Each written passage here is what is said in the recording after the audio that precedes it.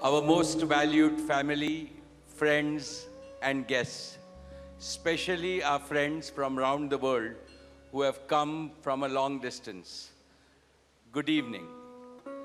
We have with us as our special guests today our spiritual and religious leaders. They have come specially to bless Anant and Radhika. आप सबको मेरा सादर प्रणाम और खूब खूब स्वागत. To all our guests today, on behalf of Neeta and me, I have to say that the Bharat took over and we could not welcome you as we would have liked to from our heart. So my apologies. We wanted to welcome each and every one of you. And I take this opportunity that Neeta, I, along with Shaila and Viren, welcome each and every one of you with a warm heart. In the Indian tradition, marriage is between two individuals, whereas a wedding is between two families and all their friends and near and dear ones. Therefore, we are profoundly grateful to all of you for sharing our joy and excitement at the auspicious wedding of Shubh Vivah Sanskar of Anant and Radhika.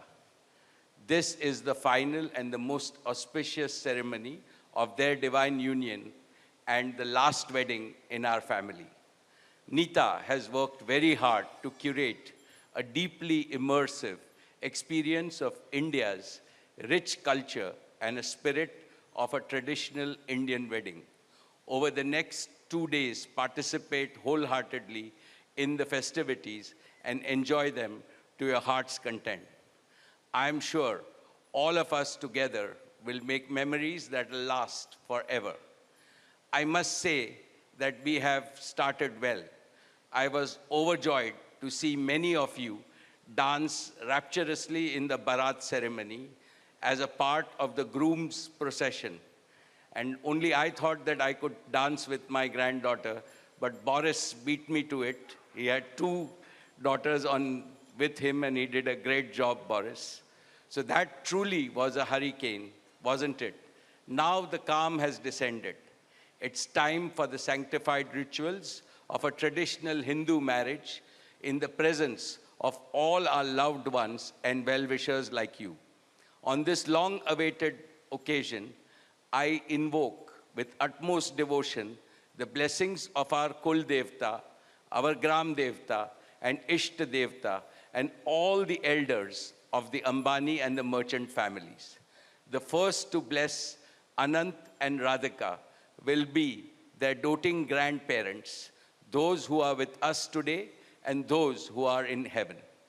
Today I pray to the Almighty that Radhika and Anant be so blessed that their life together is filled with sukh, swasthya, samriddhi, and safalta, happiness, health, prosperity, and success.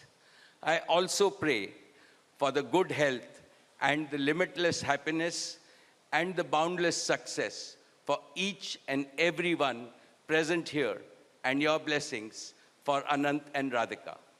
On this auspicious day, together with all of you, we invoke Panch Tattva, the 5 foundational elements of Mother Nature that nurture all life on planet Earth so that they offer strength and sustenance to the couple. सनातन धर्म में विवाह को जीवन का सबसे महत्वपूर्ण संस्कार मानते हैं. अनंत काल से विवाह व्यक्ति को समाज से, धर्म से और अध्यात्म से जोड़ता है. When marriage is performed according to the Sanatan Vidhi, it acquires the divinity of celestial unions.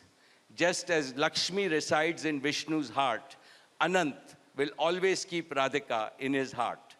This will make their married life beautiful, blissful, smooth, and cultured. The Vedas regard marriage as a duty towards humanity. Marriage is the basis of a family. Family is a basis of community, and community is the basis of society and the larger human family. Marriage thus becomes the most essential guarantor of the continuity, cohesion, and well-being and progress of the human race.